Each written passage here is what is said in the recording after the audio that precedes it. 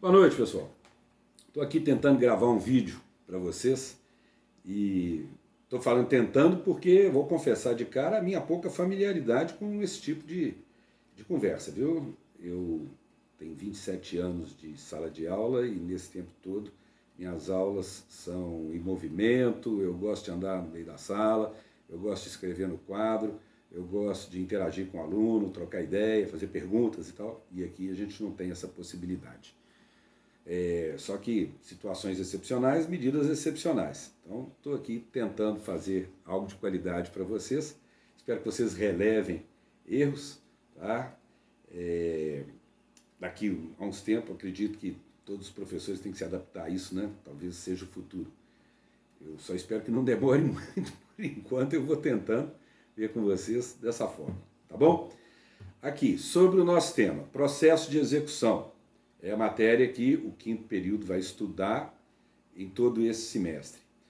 Nós já vimos no material que eu enviei para vocês 5 tópicos sobre o assunto.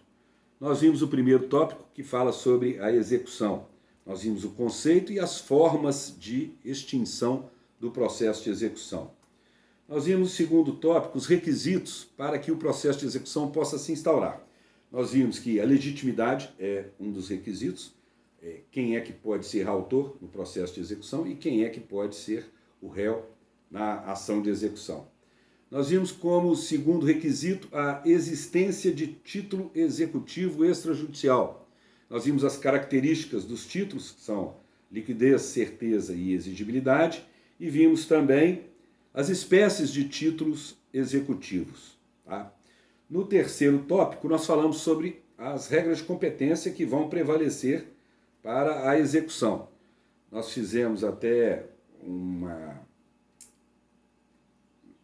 relembramos o que vocês já viram de competência, aquelas regras lá do artigo 42 a 66 do Código de Processo Civil, e falamos que o legislador foi bastante benevolente na questão do foro para o ajuizamento da ação de execução. Ele colocou 3 possibilidades de você ajuizar a ação de execução, e isso por conta da classificação, né, dessa competência. Nós chegamos a falar sobre isso, nós falamos que a competência para o ajuizamento da ação de execução é relativa, ou seja, ela pode ser desconsiderada pelo autor, né? Ele pode ajuizar a ação de execução em 3 foros distintos, facilitando muito o cumprimento da obrigação, certo?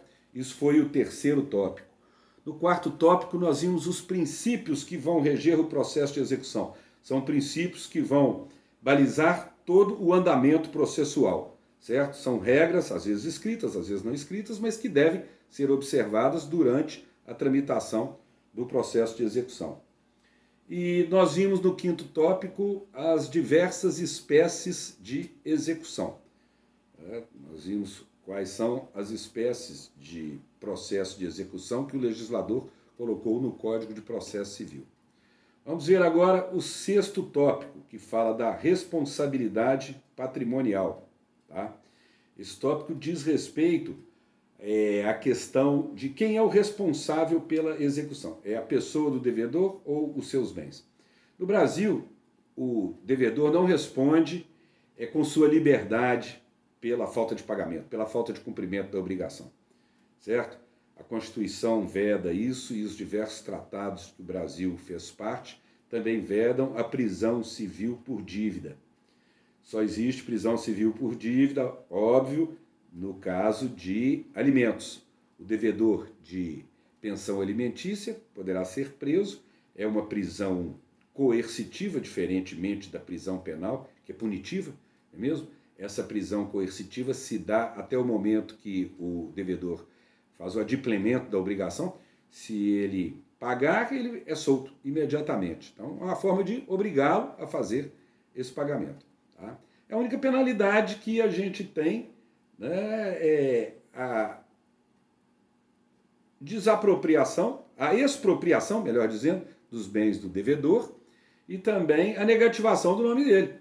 Com a negativação, o devedor tem uma série de restrições de ordem comercial, ele não vai ter acesso a financiamentos, ele, para conseguir tomar posse num cargo público, ele tem que apresentar certidões negativas e, no caso de negativação do nome, ele não vai conseguir tomar posse. Tal.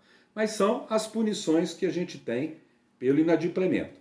De resto, o que o Código de Processo Civil, que a legislação pátria dispõe, é que o patrimônio do devedor responde pela dívida. Não é a pessoa do devedor, é o patrimônio dele.